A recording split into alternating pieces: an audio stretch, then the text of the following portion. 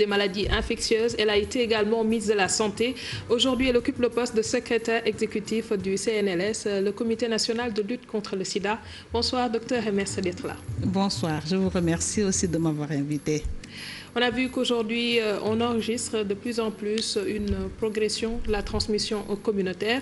Comment appréciez-vous aujourd'hui la situation? Alors, merci déjà de me permettre de me prononcer sur ce sujet d'actualité. La transmission communautaire du coronavirus, du Covid-19, est là depuis bien longtemps. Et vraiment, moi, j'insiste sur cela. Et aujourd'hui, moi, je voudrais qu'on s'entende clairement. Tous les cas sont issus de la contamination communautaire. Tous les cas sont issus de la transmission communautaire. C'est quoi la transmission communautaire? C'est la transmission qui se fait au sein de la communauté. Donc, même les cas que vous appelez contacts sont des cas issus de la transmission communautaire. Ce sont les contacts Donc, en fait, il y a des cas qui sont positifs, ou bien c'est d'un non-cas. Donc, une fois que le cas est positif, ce qui est important, c'est de voir la probabilité pour ce cas de le transmettre à d'autres personnes. Et tous les cas, qu'ils soient issus de la transmission communautaire ou qu'ils soient contacts, mais pour moi, c'est tous des cas communautaires, ces cas sont susceptibles de transmettre la maladie. Donc, ce qui est important, c'est vraiment de dépasser cela, parce que ça crée une fausse sécurité chez les populations qui vont penser que c'est les cas communautaires qui sont les plus dangereux. Mais c'est tous les cas qui sont susceptibles de transmettre la maladie. Donc vraiment, sur la communication, si on pouvait appeler tous les cas communautaires et avancer, comme ça on cherche une stratégie pour justement limiter cette transmission communautaire. Mais dans le discours du ministère de la Santé, en tout cas le point qui est effectué chaque jour, ce qu'on entend, c'est que la guerre vient de commencer. Donc est-ce qu'à ce niveau, on doit s'inquiéter ou s'alarmer par rapport à ces cas dits communautaires? Moi, si je me réfère au message du président de la République, il avait annoncé qu'on était en guerre depuis longtemps. Donc pour moi, depuis le début, nous sommes en guerre. Depuis que ce virus est entré dans notre pays, c'était important au début de savoir d'où venait le virus. Mais quand on gère une épidémie comme ça, où la transmission est aussi rapide, on ne perd pas son temps à savoir d'où viennent les cas. C'est vrai, au début, on en a besoin pour comprendre. Mais nous sommes entre nous. Les cas viennent d'ici, de nos relations. Oui. Donc, tous les cas sont communautaires. Et aujourd'hui, je pense que stratégiquement, c'est important de savoir ce que nous voulons. Est-ce que nous voulons toujours, quand on communique, entendre des questions d'où vient? Parce que même moi, on me pose, alors, on a eu combien de cas communautaires aujourd'hui? C'est bien, on a eu 15 cas, mais il y a un seul cas communautaire. Alors, moi, en entendant cela, je tique, je me dis, mais qu'est-ce que les gens sont en train de se dire? Ce qu'il faut savoir, c'est qu'un cas est un cas positif ou probable, etc. Mais c'est un cas qui probablement peut transmettre la maladie à d'autres personnes. Et aujourd'hui, pourquoi je dis que stratégiquement c'est important? Parce qu'il faut maintenant se placer en amont de ce cas-là pour dire, on a un cas, qu'est-ce qu'il faut faire pour que ces cas ne transmettent plus? Au lieu de perdre notre temps à nous demander d'où viennent les cas, parce que ce que ça crée aussi, c'est une stigmatisation et tous les problèmes. Oui, il faut confiner tel quartier, il faut laisser tel autre quartier. Peut-être sur le plan technique, oui, nous devons savoir qu'il y a des mesures à prendre dans certains quartiers, mais comment faire aujourd'hui pour qu'un Sénégalais qui a cette infection à coronavirus soit prise en charge et ne le transmette pas à d'autres personnes. Mais madame, peut-être c'est par rapport à la traçabilité, parce que les cas communautaires quand même, on ne sait pas qui les a transmis la maladie. On sait que les personnes qui sont venues, les cas importés là, c'est des gens qui sont venus de l'extérieur et qui ont été retrouvés. Maintenant, et on connaît toutes les personnes qui ont été en contact avec ces personnes-là. Alors que les cas communautaires, on ne sait pas d'où est-ce qu'ils ont pris la maladie. Très bien. Mais aujourd'hui, donc le cas communautaire, c'est le cas extrême. Si on prend tous les cas comme cas communautaires, on traiterait tous les cas de la même façon, comme des cas extrêmes. Donc ce n'est que du bénéfice. Donc on ne perdrait pas notre temps à nous dire que oui, c'est un cas communautaire, c'est un cas contact, on sait d'où il vient, mais on ne sait pas à qui il l'a transmis. Donc aujourd'hui, en tout cas, moi, c'est un conseil que je donne. Pour moi, en tout cas, stratégiquement, il faut aller de l'avant. Aller de l'avant, c'est dire tous les cas sont graves, sont des cas qui sont susceptibles de transporter la maladie et de la donner à d'autres personnes. Donc, on va voir maintenant comment arrêter cette transmission. Mais les cas qui ne sont pas connus, comment faire pour les retrouver? Alors, pour retrouver les cas qui ne sont pas connus, ce qu'on peut faire, c'est par exemple un dépistage. Mais avant d'arriver à ce dépistage, un dépistage de masse pour savoir, parce qu'une personne qui est asymptomatique, même cette personne ne sait pas qu'elle porte le virus. Donc, pour le savoir, c'est prendre au hasard des gens et les tester et voir, par exemple, on peut le faire pour savoir un peu la prévalence de la maladie dans la population. Savoir que, par exemple, aujourd'hui, 10% de Sénégalais ont cette maladie. Ça, on peut le faire. Mais ça donnerait une information sur le pourcentage de Sénégalais, c'est la prévalence, comme on le fait pour d'autres maladies.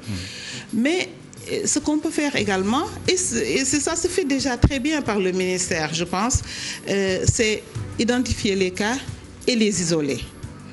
Identifier les cas, effectivement, c'est chercher autour d'un cas positif, contact ou communautaire. Positif, et on identifie tous ces contacts. Dès qu'on trouve un autre cas, on identifie les contacts de ces personnes-là. Ça, on peut le faire. L'autre chose qu'on peut faire, moi j'applaudis ce qui s'est passé récemment à Wakinan, Nimzat, même si ça n'a pas abouti.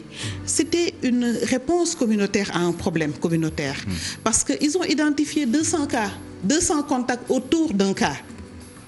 Et la réponse a été... Et c'était une réponse locale. Et ça, il fallait saluer ça. C'était une réponse locale qui s'est tout de suite organisée en disant... Voilà, on a 200 personnes. Au lieu de les amener dans une structure de santé, on déplace la structure de santé au niveau de la communauté et nous faisons ça dans le cadre de la lutte contre les maladies. C'est une stratégie avancée au sein de la communauté pour régler un problème communautaire. Ça, vraiment, moi, je pense que c'était quelque chose à saluer. Pour ce qui est du dépistage massif, est-ce qu'aujourd'hui, on dispose du matériel nécessaire pour pouvoir le faire? Alors, pour faire le dépistage massif, moi je préfère dire le dépistage communautaire. Pour le faire, il faudrait déjà avoir des tests beaucoup plus simples que les tests que nous utilisons. Aujourd'hui, les tests que nous utilisons sont des tests très sophistiqués. C'est vrai, on doit continuer à les utiliser parce que ces tests sont considérés un peu comme gold standard. Mais il y a des tests de dépistage qu'on peut utiliser qui sont des tests rapides. Qu'on peut utiliser. Nous avons vu aussi que beaucoup de pays qui ont aujourd'hui un peu vaincu cette maladie ont utilisé ces tests pour tester de façon massive les gens. Maintenant, ces dépistages, ce n'est pas la peine d'aller les faire à l'hôpital. Il faudrait organiser ça dans les communautés, dans les régions médicales, ou dans les mairies, ou dans les parkings, etc.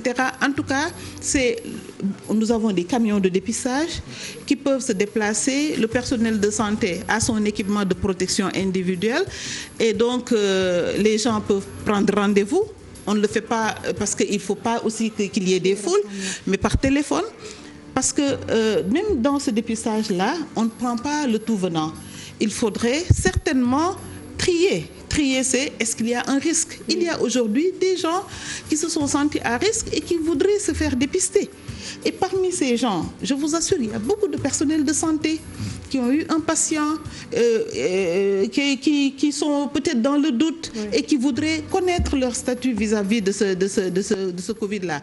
Bien qu'il faut aussi le préciser. Ce n'est pas parce que tu es dépisté aujourd'hui négatif que demain aussi tu ne peux pas t'infecter. Mais en tout cas, quelqu'un qui a pris un risque, qui se sent un peu cas possible ou cas probable, peut au moins avoir la certitude en faisant le dépistage. Mais tout ça, effectivement, je suis d'accord avec le ministère. Il faut organiser cela, dire quels tests nous allons utiliser. Et ces tests existent. Ces tests existent, sont moins chers, mais il faut les acquérir. Et il faut s'orienter, à mon avis, vers cela. Parce que pour régler cette épidémie-là, la meilleure façon, c'est d'isoler le maximum de cas aujourd'hui. Aujourd'hui, la performance du ministère, ce n'est pas que le nombre de cas baisse. C'est de détecter le maximum de cas pour les mettre sous traitement ou les isoler. Donc, en faisant cela, on pourra certainement mettre fin à cette épidémie. Moi, j'aimerais savoir les liens qui existent entre le Covid-19 et le sida, parce qu'on a vu quand même en Chine qu'il y a des patients qui ont été traités aux antirétroviraux, le même médicament qui est utilisé dans le traitement des personnes vivant avec le VIH. Est-ce qu'il y a un lien entre les deux? Aujourd'hui, vraiment, il n'y a aucun lien. Okay. À l'état actuel des connaissances, il n'y a aucun lien entre Covid-19 et VIH. Donc, le parallélisme qu'on fait, c'est juste dans la riposte, comment on organise la riposte, parce que le VIH, c'est la plus grande pandémie que le monde ait connue. Donc, on s'est dit, si le monde a pu, en tout cas, résister à cette pandémie et commencer à la vaincre, pourquoi ne pas utiliser les stratégies qui ont été utilisées dans le VIH pour le coronavirus? Mais à l'état des connaissances, il n'y a aucun lien. Ce que nous disons juste à nos patients vivant avec le VIH, c'est que quand ils ne prennent pas normalement leur traitement, leur immunité baisse. Et donc, ils sont à risque de développer des formes graves. Mais ils ne sont pas plus à risque de contracter la maladie que les autres. On a appris également qu'un patient qui était déclaré guéri à Ziguinchor a été contaminé, encore une fois. Comment expliquer cela? Est-ce qu'après avoir été guéri, notre système immunitaire n'est pas suffisamment solide pour nous aider à pouvoir ne pas contracter la maladie ou pas? Moi, j'ai l'habitude de dire qu'avec ce virus, on n'a pas encore toutes les réponses. Est-ce que c'est une recontamination? Est-ce que c'est une réminiscence, c'est-à-dire le virus n'était pas complètement parti? Est-ce que c'est le même virus? Est-ce que c'est un autre virus? Donc, il faut avoir une réponse à tout cela. Et donc, effectivement, on apprend tous les jours avec le Covid-19. Donc, est-ce qu'il était complètement guéri en sortant? Est-ce qu'il n'y avait pas une réponse faussement négative qui avait fait qu'on l'avait déclaré guéri? Parce que bon, déclaré guéri, si c'est sur les signes, effectivement, il peut ne plus présenter de signes de maladie, se sentir bien, rentrer. Mais on a vu avec les dernières publications que le Covid attaque même d'autres organes. Donc peut-être qu'il était surveillé au plan pulmonaire, il allait mieux, mais en rentrant après, il y a eu un autre système ou bien un autre organe qui a été atteint. Je n'ai pas le dossier de ce malade, mais on peut aussi apprendre beaucoup de ce malade. Que faudrait-il aujourd'hui faire pour ce qui est de la gestion de cette pandémie? Est-ce qu'aujourd'hui, la politique qui est mise en place ou qui est préconisée par le comité de gestion des épidémies, à savoir laisser la gestion de la pandémie au gouverneur de région, est suffisant pour pouvoir contenir cette pandémie? Il y a plusieurs parts dans la question. Je pense que l'approche qui est en ce moment mise en œuvre, elle est efficace, mais peut-être qu'elle n'est pas encore suffisante. Alors, elle est efficace parce que vraiment, on peut dire qu'on a des résultats. On a, surtout en termes de prise en charge, le nombre de patients guéris également augmente régulièrement. Ça, c'est une bonne chose. Ça ne favorise pas un relâchement de la population? Non, j'ai pas fini. J'ai dit en termes de prise en charge. Mais le nombre de cas augmente. Cette semaine, on a eu vraiment, vous avez eu, en 2 jours, on a eu 65 patients. Je pense que c'est une première. Et il faut communiquer sur ça. On ne peut pas continuer à communiquer de la même façon que quand on avait 1 cas, 4 cas, 5 cas. En 2 jours, on a eu 65 cas. Et pour moi, je dis, tous les cas sont pareils. Ne me parlez pas de cas communautaires ou de cas contacts. Donc, c'est des cas qui sont positifs. Et imaginez, si chacun de ces cas-là le donne à une seule autre personne, ça va faire déjà 130 personnes. Donc, vous voyez, alors qu'on a eu ici des personnes qui l'ont contaminé à plus de 10. Donc, vous voyez un peu là où il faut se situer et comment il faut, à mon avis, réfléchir pour régler ce problème. Donc, il y a eu effectivement beaucoup de choses bien qui ont été faites. Il y a des choses qu'il faut compléter. On a parlé du dépistage, il faut qu'on en arrive. Comment l'organiser? C'est le ministère qui va nous dire comment l'organiser. Mais le fait de confier au gouverneur, moi aussi je salue ça, parce que cette réponse doit être une réponse décentralisée. Il faut qu'au niveau local, que chacun s'organise. Le ministère coordonnera, mais le ministère ne peut pas, à partir du niveau national, dire ce qu'on fait à Vélingara. Donc, c'est le gouvernement, c'est au niveau de Vélingara que les autorités locales peuvent décider de quelle est la réponse qui sied le mieux. Et c'est pour ça que j'applaudis encore. Pour moi, ce qui s'est passé, en tout cas à Wakhinane Nimzatt, était un exemple d'une réponse locale qui s'est vite organisée pour répondre à un problème qui était communautaire. Madame, dans le cadre de la lutte ici au Sénégal, on applique le traitement symptomatique. Alors qu'on a vu avec ce qui s'est passé à Ziguinchor, un patient qui est déclaré guéri, qui a encore été infecté par la même maladie. Est-ce qu'il ne faudrait pas, après le traitement au niveau de l'hôpital, comme les isoler tout simplement dans un hôtel, comme on l'a fait pour les personnes contacts, pour voir un tout petit peu, est-ce que ces personnes-là vont encore développer la maladie avant de les laisser tout simplement rejoindre la société? Le traitement n'est pas seulement symptomatique, parce que la chloroquine que vous connaissez bien maintenant n'est pas un traitement symptomatique.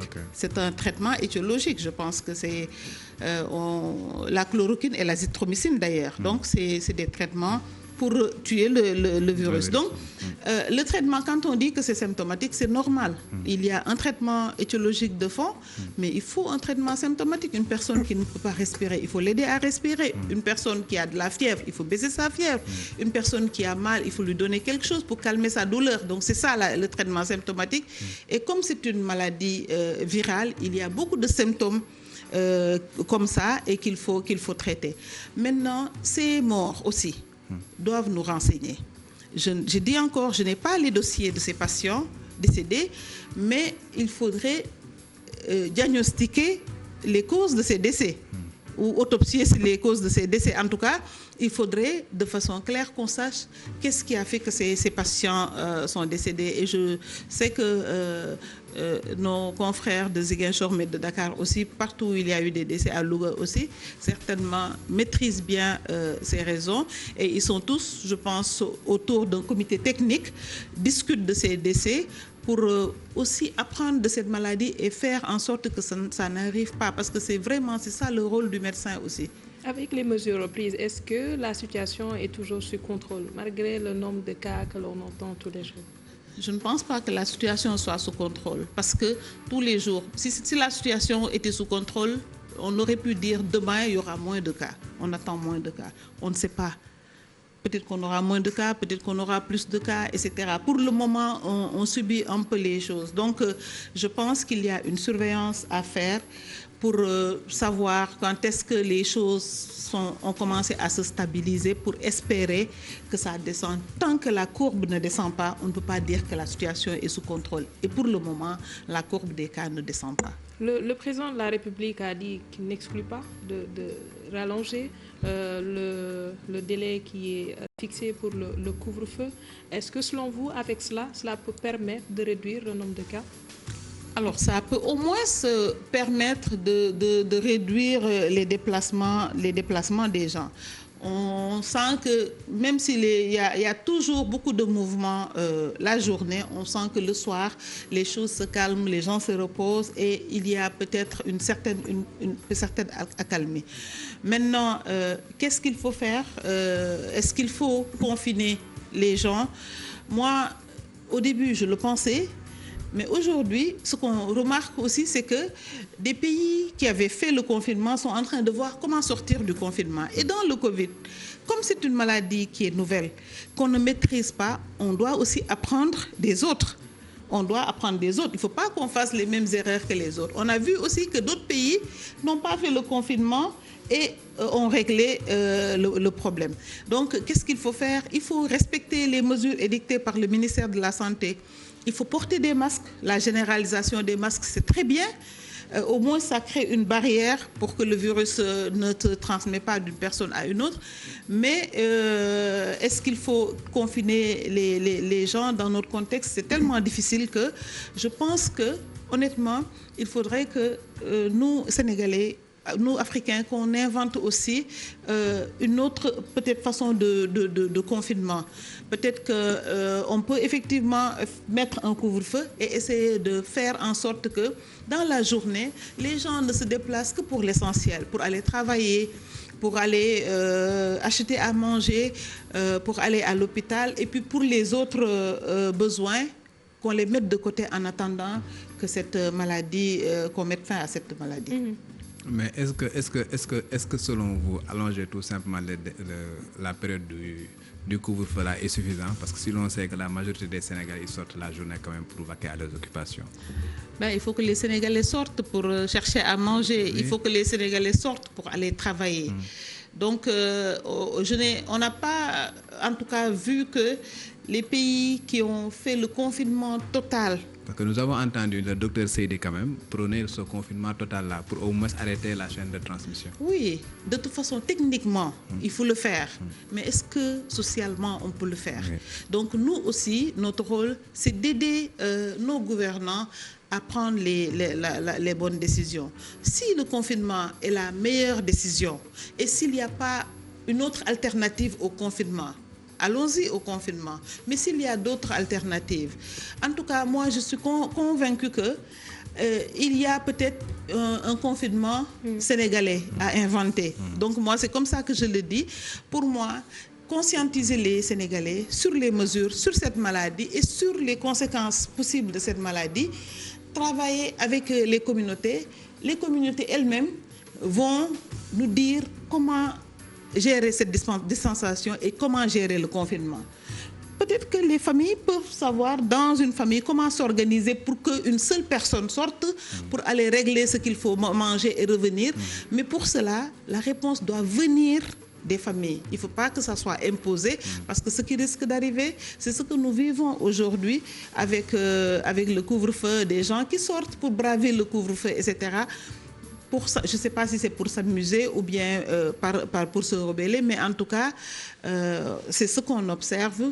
Et moi, je suis persuadée que les populations peuvent nous inventer un confinement à la sénégalaise. Alors, vous avez parlé tout à l'heure de la généralisation du port du masque. C'est vrai que le ministère ne communique pas trop là-dessus, surtout par rapport à la qualité des masques que les gens utilisent. Aujourd'hui, l'idée, c'est que chacun puisse se couvrir le nez et la bouche, mais quelque part, est-ce que ce qu'on met nous aide vraiment à pouvoir ne pas contracter ce virus? Déjà, le fait que chacun accepte de mettre un masque, pour moi, c'est déjà positif. Quel qu'il soit. Non, je dis déjà, d'abord, je raisonne, je n'ai pas fini. Donc déjà, pour moi, c'est positif. Ça veut dire qu'il y a l'acceptation déjà de ce masque-là. Et quel que soit le masque, ça peut servir de barrière dans un premier temps. Maintenant, l'information que je veux vous donner, c'est qu'il y a un comité de normalisation qui a sorti des normes pour les masques. Peut-être que ce qu'il faut, c'est peut-être des mesures pour homologuer les masques, pour voir quels sont les masques, etc., qu'on peut faire. Moi, je pense que s'il y a un type de masque homologué par ce comité-là, qui est disponible et qui est à la hauteur de la bourse des Sénégalais, on peut généraliser ce genre de masque et même faire travailler ceux qui veulent vendre des masques, parce qu'on a vu que les vendeurs à la sauvette se sont très vite convertis en vendeurs de masques. Mais ils vendent ce qu'ils trouvent.